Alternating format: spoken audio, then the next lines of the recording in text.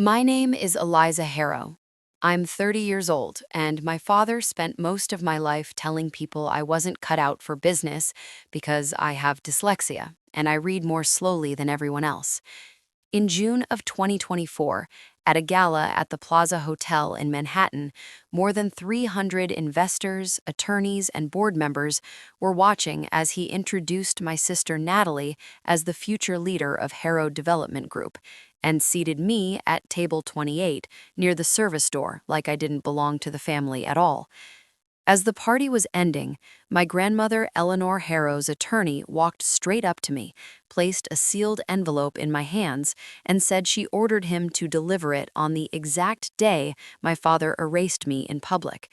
Inside was a 2019 will that didn't just leave me money, it gave me 52% of the founder voting shares in Harrow Development Group, a controlling stake, and one condition: I had 72 hours to call an emergency board meeting, or the will would be void and my father would keep everything. For most of my life, I have occupied a very specific position in the Harrow family. I am the daughter no one planned for. The Harrow townhouse sits on East 75th Street on the Upper East Side. It is the kind of building that appears in charity brochures and architecture magazines. Limestone front, black iron railings, a doorman who has worked there longer than I have been alive. My grandmother built the company that paid for that house. My father inherited it, and I grew up inside it like a guest who stayed too long.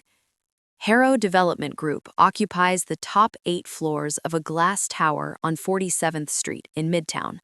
The company develops commercial properties across the Northeast: hotels, office towers, mixed-use retail spaces. My grandmother founded it in 1968 with a small loan and a single office in Brooklyn. By the time I was born, the company was already a Manhattan institution. My father, Charles Harrow, became CEO in 2005 after my grandmother stepped back from day-to-day operations. He is 64 now, tall, precise, the kind of man who measures conversations like financial statements. My mother, Victoria Harrow, is 61. She runs a charity foundation that organizes galas and museum events. She understands the invisible rules of old money society better than anyone I know. My sister Natalie is 35, Harvard Law, federal clerkship, corporate attorney at Carter and Bishop in Midtown. Natalie is the future of the Harrow name. I am the footnote. When I was 13, in the fall of 2007, a specialist at Columbia Presbyterian diagnosed me with dyslexia. The letters on the page moved in ways other people never seemed to experience. Words blurred together, sentences required patience most teachers did not have. My father listened to the diagnosis without interrupting. When the doctor finished explaining the condition, my father nodded once. Can it be fixed? The doctor explained that it could be managed, not cured. On the drive home, my father did not speak for 20 minutes. Eventually, he said one sentence: "Some people are not built for business." At the time, I believed him. What my father never understood was that reading slowly changes the way your brain processes information. I stopped trying to race through paragraphs. Instead, I began seeing patterns, structures, relationships between pieces of information that most people skimmed past. My grandmother noticed. Her name was Eleanor Harrow. Every Sunday afternoon, I took the subway to her apartment on the Upper West Side. She lived in a quiet pre-war building near Riverside Drive, with tall windows and bookshelves that smelled like paper and dust. She never asked about my grades. Instead, she spread old contracts across her dining table. "Read this." I stared at the pages for a long time. The legal language felt like a maze. "I cannot finish it quickly." "I did not ask you to finish it quickly." She leaned back in her chair and watched me struggle through the document. "What do you see?" "3 companies involved." "Good." "The developer is borrowing through a separate entity." "Better." Her eyes lit with quiet satisfaction. Most lawyers read contracts looking for the loophole. She tapped the document with one finger. You read them looking for the system. I looked up. I am not good at this. She smiled. You are good at the part that matters. One afternoon, she told me something I never forgot. Your father reads contracts to find weaknesses. She folded the paper neatly and placed it in a folder. You read them to understand power. She looked at me for a long moment. That is far more dangerous. Years later, I would realize how serious she had been. By 2021, I was working inside Harrow Development Group. Officially, my title was Research Analyst. In reality, my job was administrative gravity.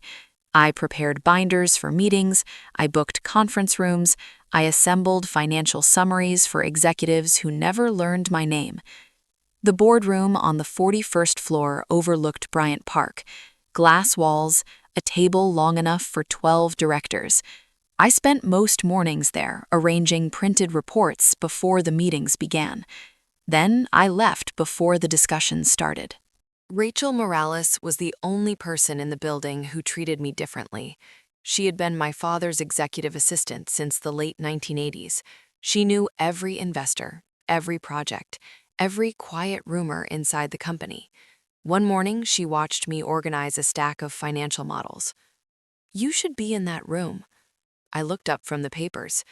They do not think so. She shrugged. They are not always right. Sometimes after the meetings ended, I returned to collect the leftover documents. I studied them alone in my cubicle. Development projections, debt structures, zoning strategies. The patterns came easily. The recognition never did. The moment that explained everything happened on Thanksgiving in 2019. 20 relatives filled the dining room in our townhouse. Crystal glasses, polished silver, the familiar choreography of family celebration. My father stood at the head of the table with a glass of wine. I have some news. Natalie sat to his right in a navy dress that matched the table linen. Your sister has completed her federal clerkship and will begin working at Carter and Bishop in January. Applause circled the room. Natalie smiled politely. My father rested a hand on her shoulder. The Harrow family continues its tradition of excellence. More applause. Then his eyes drifted down the table toward me. And Eliza. A short pause. Eliza is helping out at the company with some smaller projects. A few relatives chuckled politely. The sound was not cruel, but it was final. Across the table, my grandmother did not laugh. She watched my father with an expression I did not understand at the time. Years passed. Nothing about that dynamic changed. Then, in April of 2024, everything finally shifted. I was sitting in my cubicle on the 39th floor, reviewing a lease summary when an email from Human Resources appeared on my screen. The subject line read, "Position restructuring." The message was brief. My role would be eliminated within 60 days due to organizational changes. I read it 3 times before closing the window. That evening, the office was nearly empty. Most of the executive team had already left for dinner meetings or charity events. I stayed behind, finishing the report I had started. Through the thin wall behind my desk, I heard my father's voice. He was in his corner office with my mother. We cannot keep her here once Natalie begins joining leadership meetings. My mother spoke quietly. People will notice. They already notice. A chair scraped across the floor. Why is the CEO's daughter still an analyst? A pause. My father answered his own question. Because she does not have the instincts for leadership. Silence followed. Then my mother spoke again. You could give her another role. No. His voice was calm. I will not explain weakness to investors. I sat there for a long time, staring at the spreadsheet on my screen. For 30 years, I had believed that patience might eventually change the way my family saw me. That if I worked quietly enough, if I proved myself slowly enough, something would shift. But listening to my parents through that wall, I finally understood something simple. They had already decided who I was, and they were preparing to erase me from the only world I had ever known. I shut down my computer and gathered my bag. Downstairs, the midtown streets were crowded with taxis and evening traffic. The glass tower of Harrow Development Group reflected the fading light of the skyline.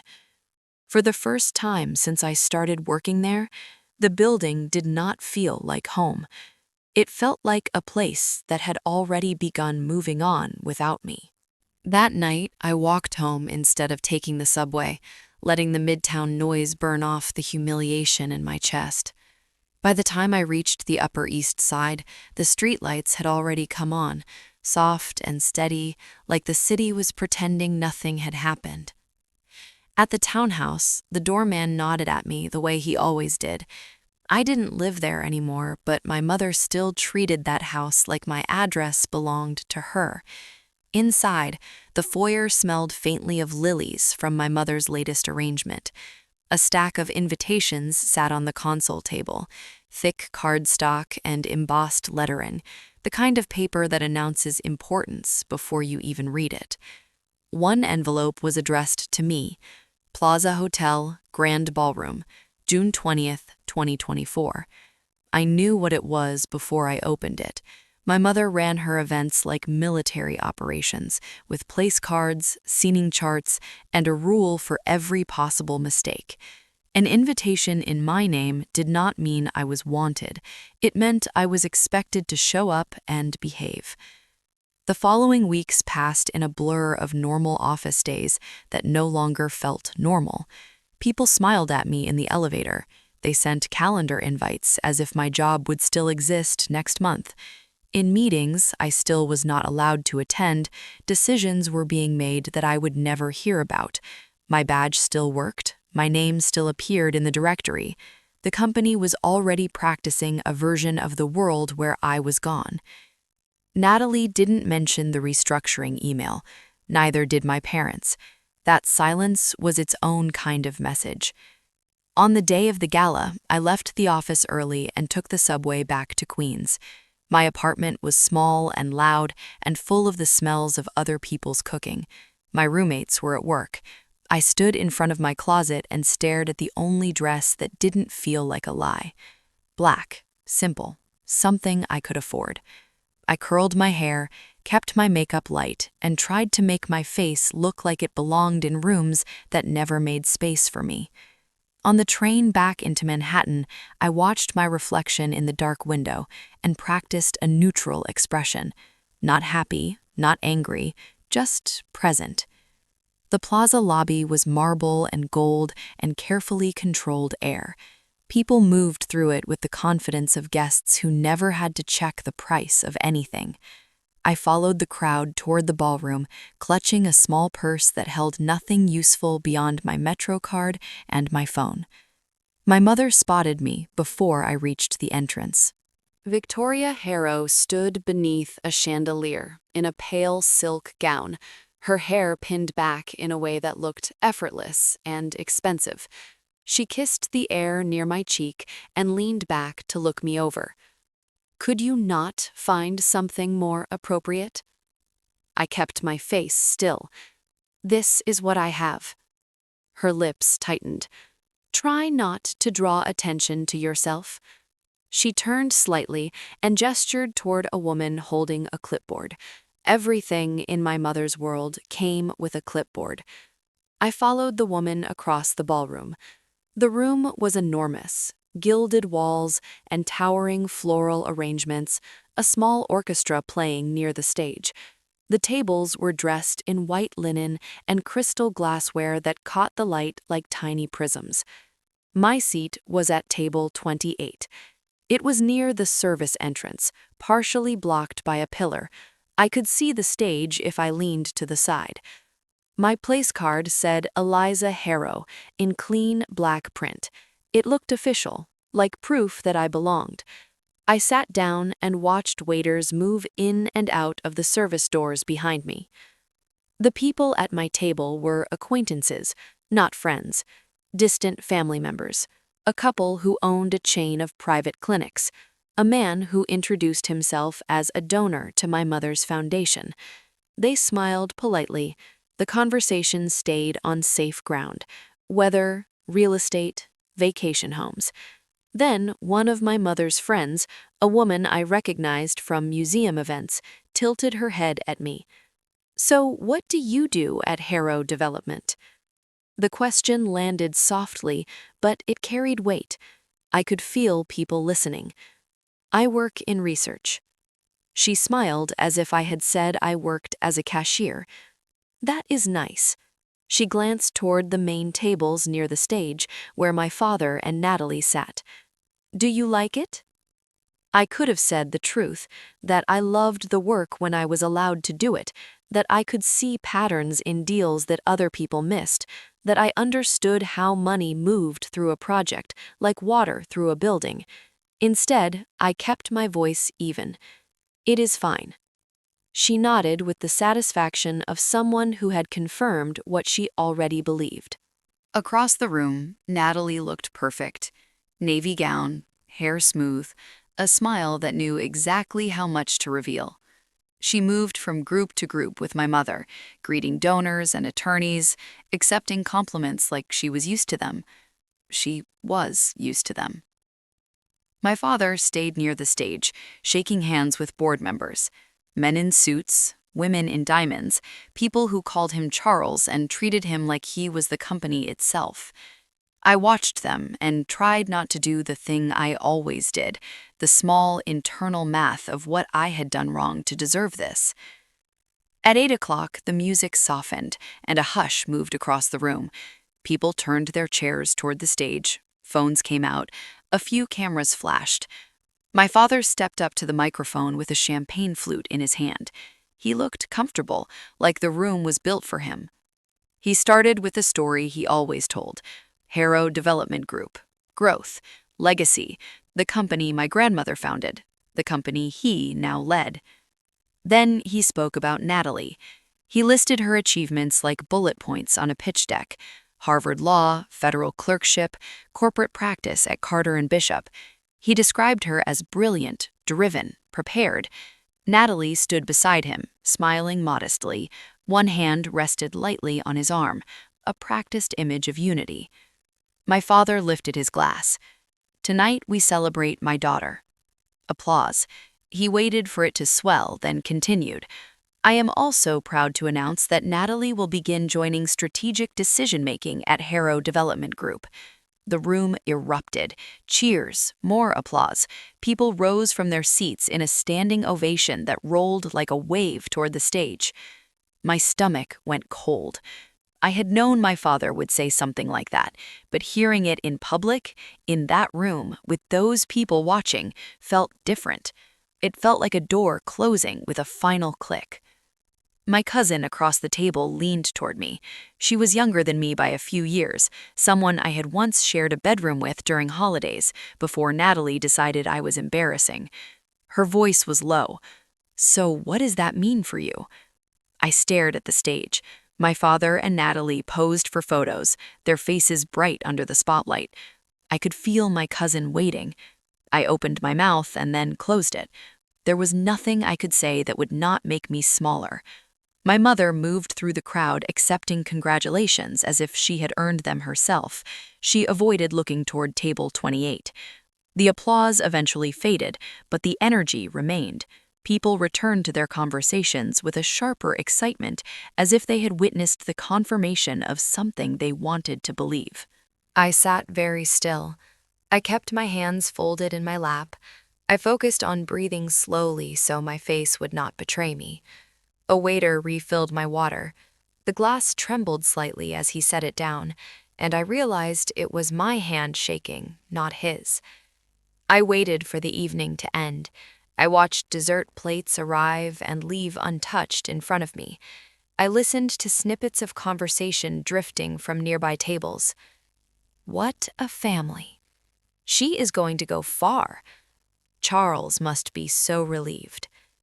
Relieved. That word stayed with me. As the room began to thin, I stood and slipped away from my table. I moved toward the edge of the ballroom near the coat check, trying to exit without being stopped by anyone who wanted to ask me how I felt. That was when I noticed him. A man in a gray suit stood near the doorway, not mingling, not drinking, just watching. He was older, early 60s, with a calm posture that reminded me of courtrooms and boardrooms. His gaze found mine and held. He walked toward me with measured steps, like he had been waiting for the moment when the room became quiet enough for him to be seen. He stopped at arm's length. Eliza Harrow. My name sounded strange in a voice that did not belong to my family. He handed me a business card. Thomas Whitmore, attorney at law. I worked with Eleanor Harrow. The air in my lungs tightened. My grandmother. He nodded once. She left instructions for me. He reached inside his jacket and pulled out an envelope, thick and cream-colored, sealed shut. He held it out to me. This is for you. I took it. The paper felt heavier than it should have. I looked up at him, trying to keep my voice steady. What is it? His expression did not change, but his tone softened slightly. It is her last will. I stood there with the envelope in my hand while the ballroom noise faded into a distant hum, and for the first time that night, the room felt like it had shifted around me. Not louder, not brighter, just different. I stepped away from the crowd toward the quieter hallway beyond the ballroom doors, holding the envelope close as if someone might try to take it back, and I kept walking until the music behind me turned into muffled vibrations. My fingers kept tightening around the envelope as if the paper could slip away on its own. The hallway outside the ballroom was quieter, lit by soft sconces and the glow from service doors that swung open and shut as staff moved through. I found an empty stretch of corridor near the kitchen, where the air smelled faintly of coffee and dish soap, and I leaned my shoulder against the wall until my breathing steadied. For a few seconds, I just stared at the red seal. The Harrow name meant control. It meant things were decided for you. It meant you learned early what you were allowed to want. This envelope felt like a decision that had been made without my father. I broke the seal carefully, tearing along the edge with my thumbnail. The paper inside was thick and formal, the kind of document that looked like it belonged in a safe deposit box. 3 pages, notarized, dated September 2019. I read slowly, moving my finger along each line the way I always did when the letters started to swim. The noise from the ballroom was muted now, a distant thrum behind the walls. My heart beat hard enough that I could feel it in my wrists. Halfway down the first page, I saw my grandmother's name, Eleanor Harrow. Then I saw mine, and then the number, 52%. I read the sentence twice to make sure it was the same the second time. Eleanor had left me her founder voting shares in Harrow Development Group, a controlling stake. The document estimated the shares were worth roughly $48 million. My stomach dropped, not from excitement, but from the sheer size of what it meant. My father's entire world sat on the idea that he controlled the company my grandmother built. He controlled the family. He controlled the story. This document told a different story. My hands started shaking again. I pressed the pages flat against my thigh, forcing myself to keep reading. Near the bottom of the last page, a section in plain language caught my eye. There was a condition, a clock, 72 hours. I had to request an emergency board meeting within 3 days of receiving the will. If I did nothing, the terms would not take effect, and the assets would fall back into the old plan my father believed he owned. 3 days. My throat went dry. The party was still going on a few hallways away. People were still clapping my sister on the back, still calling my father brilliant, still drinking champagne under crystal chandeliers, and in a service corridor near the kitchen, my entire life had just tilted. A cart rolled past me, stacked with silver trays. A cook pushed it without looking up. I stepped aside and folded the pages back into the envelope, as if I could protect the words by hiding them. I found a quiet alcove near a linen closet and called the number on Thomas Whitmore's card. He answered quickly. "Eliza?" I swallowed. I read it. "Do you understand the time requirement?" "I understand the words." There was a pause, short and careful. "Then you understand what your grandmother was asking." I stared at the envelope in my lap. My hands were still trembling. "Why would she do this?" "Because she knew you." He kept his voice low, practical. "She knew you might wait for permission that would never come." I did not answer. I could hear the ballroom music faintly through the walls, a saxophone line, smooth and celebratory. Whitmore spoke again. "If you want to proceed, you will need to act fast. Your father will fight. Your sister will fight. Your mother will talk about family unity." My jaw clenched at the phrase. Family unity had always meant my silence. "I will call you tomorrow." "You can call tonight if you choose." "I need a minute." He did not argue. "I will be available." I ended the call and sat there in the dim hallway, looking at the envelope like it was a live wire. When I left the plaza, the air outside was heavy with summer humidity. Taxis idled at the curb. Couples laughed on the sidewalk. Manhattan moved like it always did, indifferent to private disasters. On the subway back to Queens, I kept the envelope pressed against my ribs under my coat. Every time the train jerked forward, I tightened my arm as if someone might try to take it. My reflection in the window looked pale and older than it had earlier that evening. In my apartment, the lights were off. My roommates were asleep. I sat at the edge of my bed and stared at my closet door, where a small wooden box had been sitting untouched for years. Eleanor had given it to me before she got sick. I had carried it through 2 moves and never opened it. Not because I was obedient, because I was afraid that whatever was inside would ask something of me I did not feel strong enough to give. That night, the fear felt smaller than the alternative. I pulled the box down from the shelf and set it on my bed. The mahogany was worn at the corners, the brass hinge dull with age. I ran my thumb along the lid once, then lifted it. Inside were 3 items: a thin folder of old papers tied with a faded ribbon, a USB drive in a small plastic sleeve, and a single sheet of cream stationery covered in my grandmother's handwriting.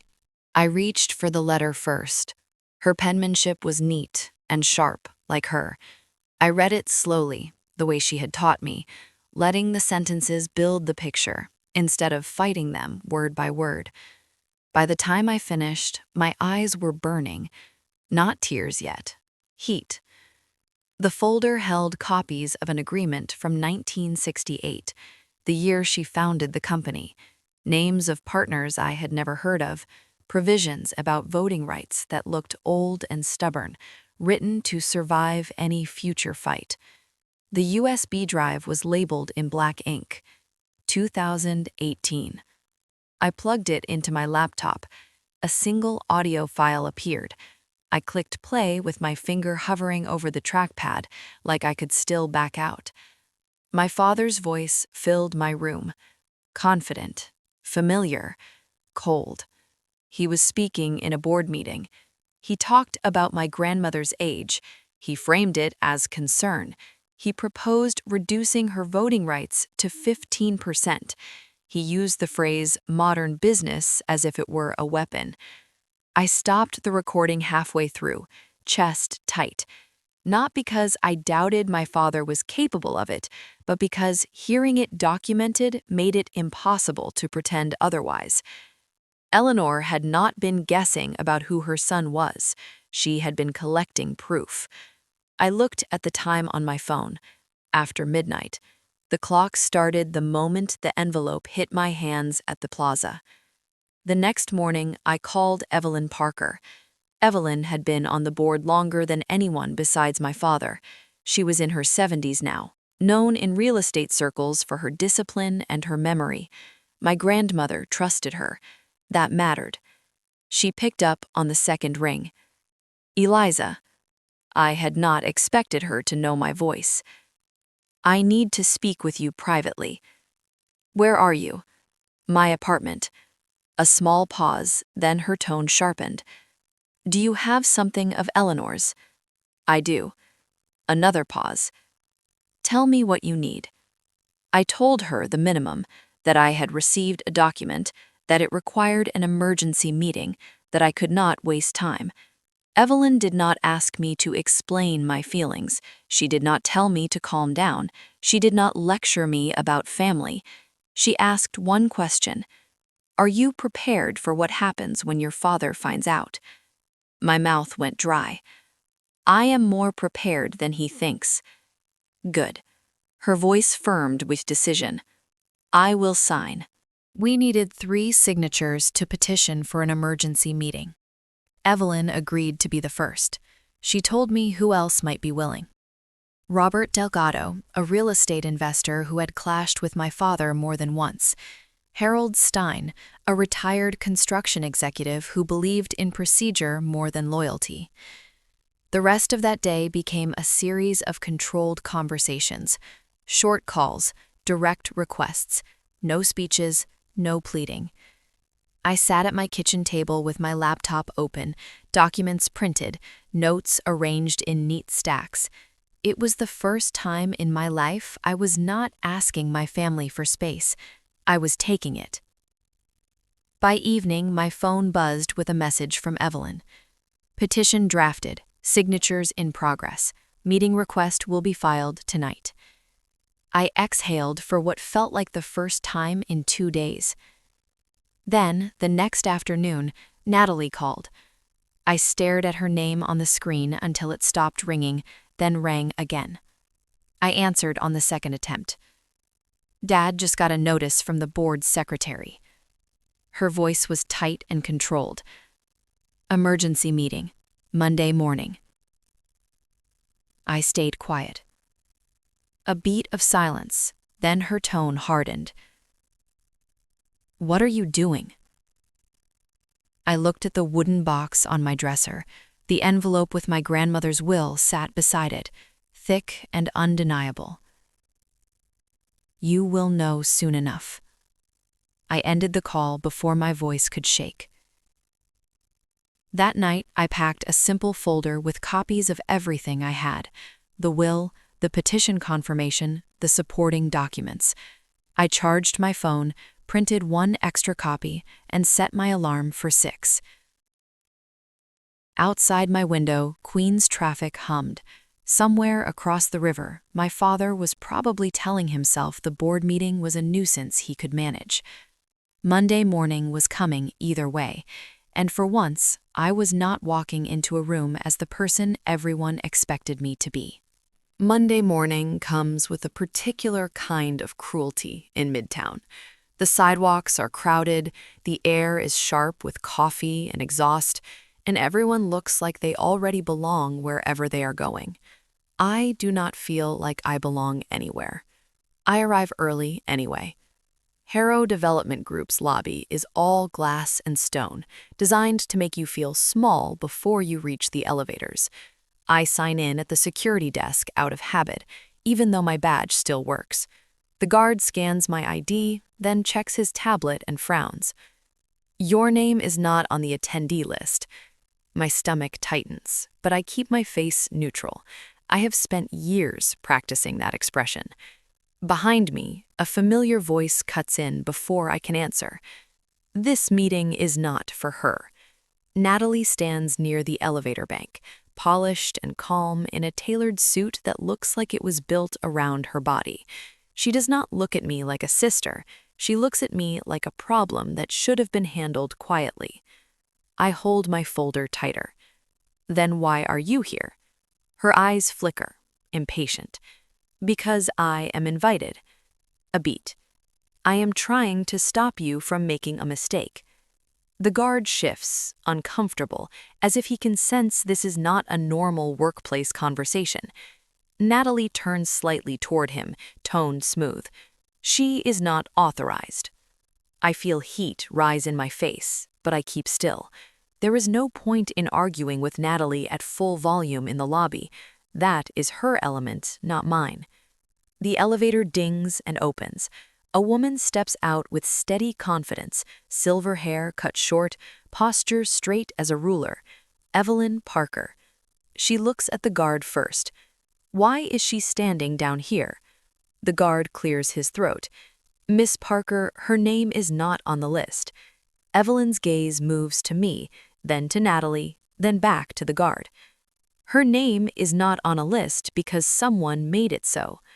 Natalie's smile is thin. This is unnecessary. Evelyn does not respond to Natalie. She is a controlling shareholder by virtue of founder voting shares. The guard blinks, then looks down at his tablet again like he expects the words to rearrange themselves into something simpler. Evelyn takes a step closer. Let her up. The guard hesitates, then swipes his access card and steps aside. I walk into the elevator without looking at Natalie. My hands are steady now, steady in the way they get when there is finally something concrete in front of me. Natalie follows, jaw tight. The doors close on the lobby. The elevator rides in silence, smooth and fast. I stare at the floor indicator ticking upward, 41 coming closer like a deadline. When the doors open, the hallway outside the boardroom is bright and cold, frosted glass walls, a framed photo of my grandmother at a groundbreaking ceremony, Eleanor Harrow in a hard hat, smiling like she already knew the future would bend to her. Natalie steps in front of me as we approach the doors. Do you really want to do this in front of them? I stop. Do what? Her eyes sharpen. Whatever this is. I do not give her a speech. I do not owe her a speech. I want to be heard. She laughs once, quick and bitter. Eliza, you can barely get through a paragraph without your finger on the page. The words hit hard because they are familiar, not new pain, old pain, the kind that has been repeated until it sounds like truth. Evelyn's voice cuts through, calm. Move. Natalie turns, startled for a fraction of a second. Evelyn holds the boardroom door open. Everyone is waiting. Inside, the room smells like polished wood and expensive coffee, 12 seats around a long table, a skyline view through tall windows. At the head sits Jonathan Keating, 67, the board chair, expression unreadable. To one side, Thomas Whitmore sits with a briefcase, hands folded. My father is already there.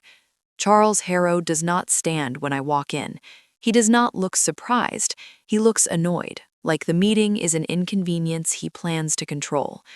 Robert Delgado sits 2 seats down from my father, his posture stiff.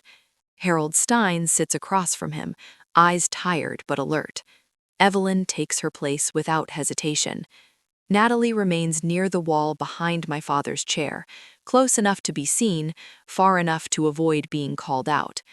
Jonathan Keating taps a pen once against his notepad. Let us begin.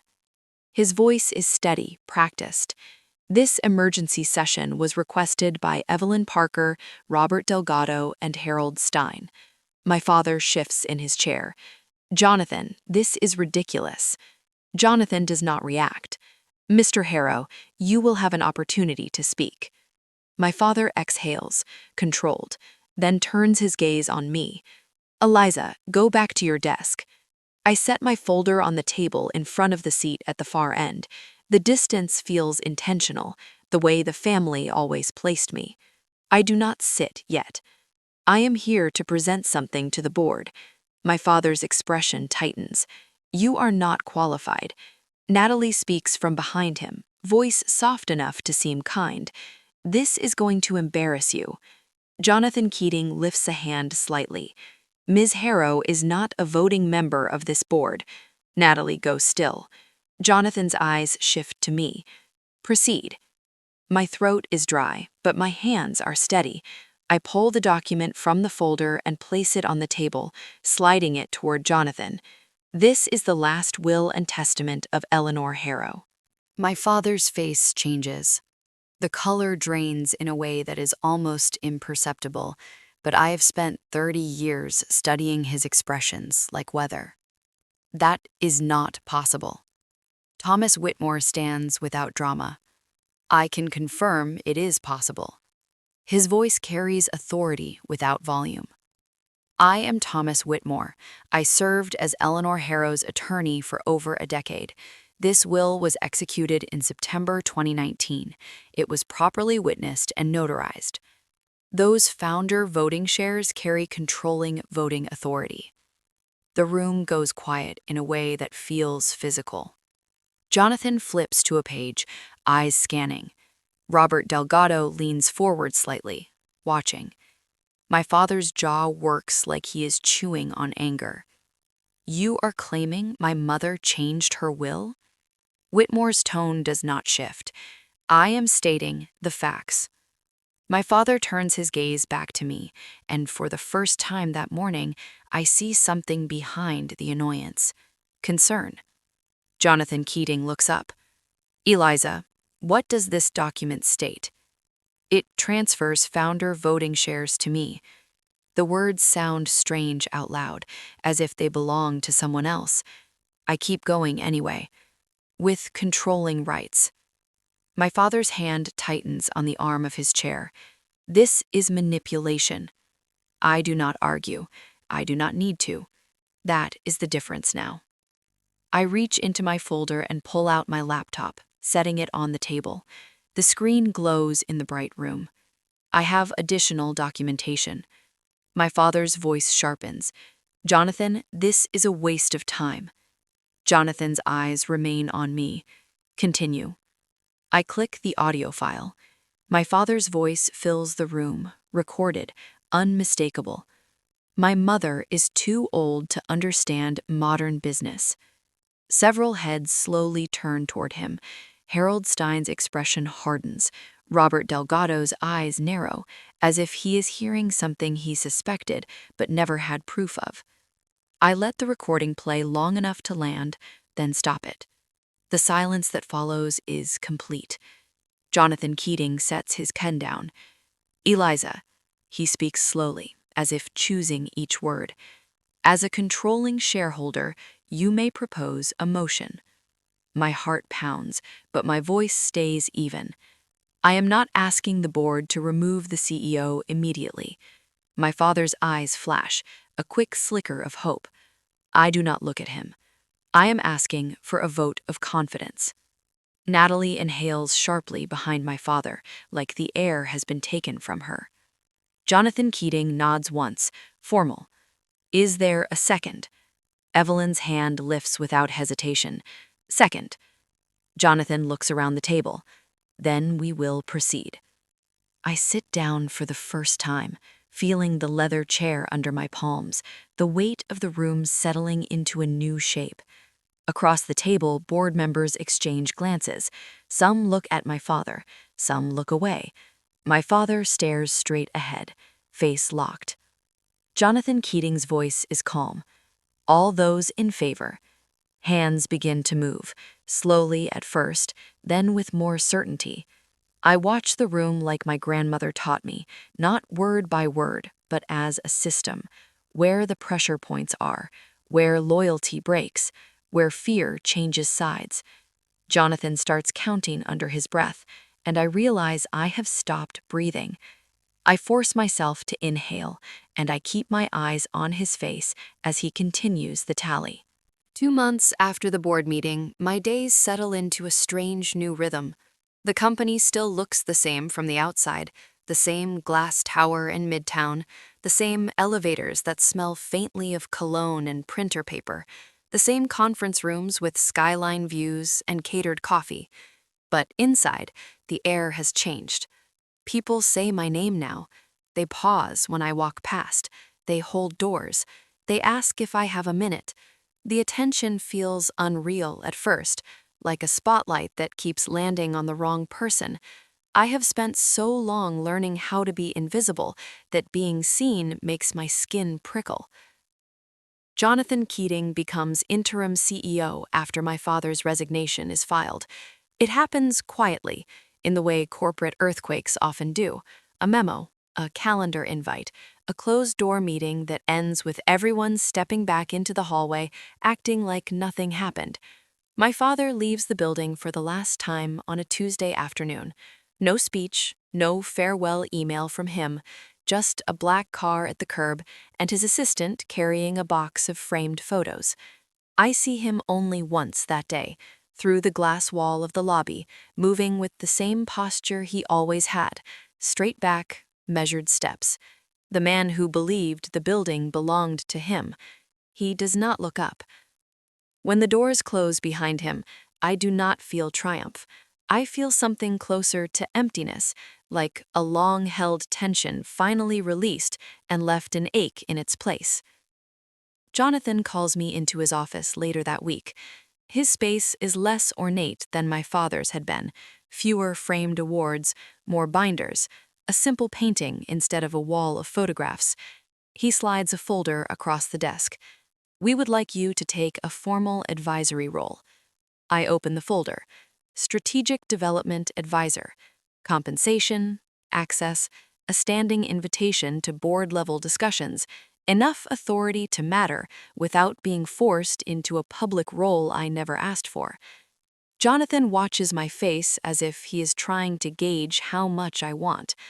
I do not give him much. This is not about me wanting power. He nods, like he expected that answer. It is about stability. I close the folder.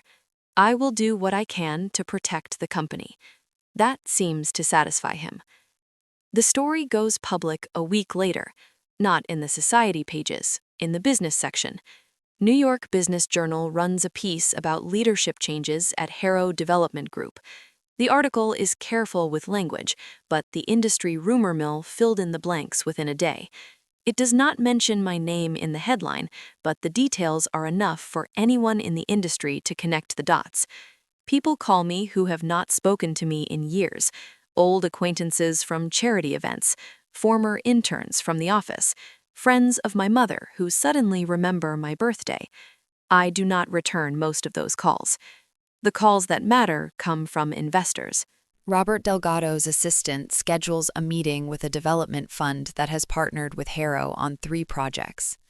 The meeting happens in a boardroom that used to feel like enemy territory. This time, I sit at the table. An older man with a tan suit and calm eyes studies me for a moment before speaking. "We trusted Eleanor." He folds his hands. "She had a way of building things that lasted." The room is quiet. Jonathan Keating sits beside me, saying nothing. The investor continues. "We have had concerns about Charles for years. The volatility, the way he treated people." He pauses.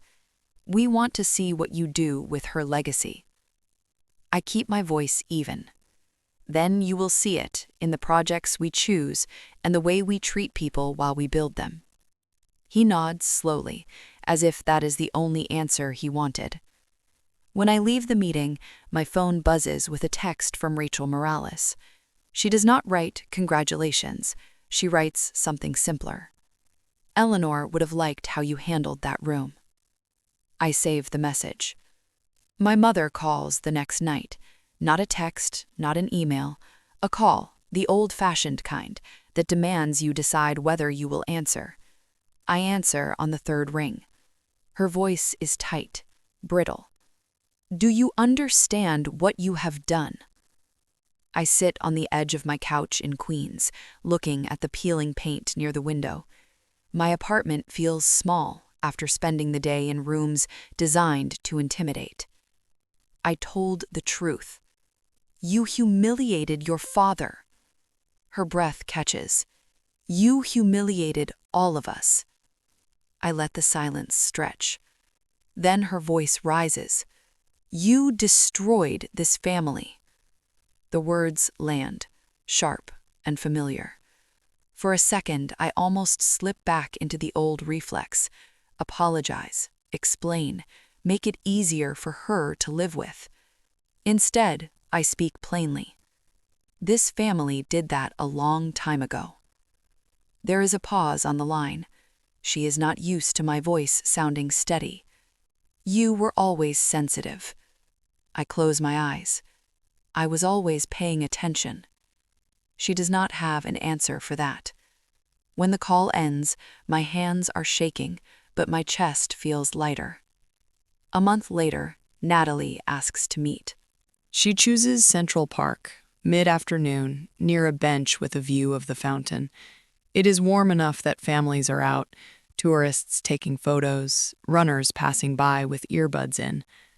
Natalie looks different without the courtroom posture, tired around the eyes, hair pulled back in a way that feels more practical than perfect. She sits beside me, leaving space between us. I started therapy. Her voice is quiet, almost embarrassed. I keep my gaze on the water. Okay? She exhales. I used to think being the golden child meant I was safe. A short laugh, humorless. It just meant I was useful. I do not interrupt. I have learned that people reveal themselves more when you let them. Natalie continues. Every time Dad looked at you like you were a problem, I told myself it had nothing to do with me. Her fingers twist together in her lap. If I defended you, I would become the problem too. She finally looks at me. I am not proud of that. The honesty surprises me more than the apology. I keep my voice measured. What do you want from me? Nothing. She swallows. I want you to know I see it now, the way it worked, the way it still works in my head. I nod once. It is not forgiveness, it is acknowledgement. We sit for a while, without speaking, listening to the city move around us. The noise feels ordinary. The moment feels new. By the end of 2024, I move out of Queens, not into my parents' world, not into a brownstone on the Upper East Side, into my own. A one-bedroom apartment in Brooklyn Heights with creaky floors and a view of the bridge if I lean far enough toward the window. The first night there, I unpack slowly, placing items where I want them instead of where someone else thinks they should go. At the office, I begin building a new initiative focused on sustainable development, cleaner materials, energy-efficient systems, long-term resilience, projects designed to serve neighborhoods instead of extracting from them. Jonathan Keating gives me room to work. Evelyn Parker checks in occasionally, brief and direct. Rachel Morales leaves a folder on my desk one morning. Old notes from my grandmother, meeting minutes, contacts, a quiet inheritance of knowledge. Some nights I sit at my kitchen table in Brooklyn Heights and think about what my grandmother actually gave me. It was not just money. It was permission. Permission to stop begging for a place in a family that only valued me when I was silent. Permission to set a boundary and keep it. If you have ever been underestimated by the people who were supposed to love you, if you have ever been told you were too much or not enough, I want you to share your story with me. Tell me about the boundary you set, or the one you are still trying to set. Your worth is not decided by the people who refuse to see you. Sometimes justice does not arrive with rage. Sometimes it arrives with the truth.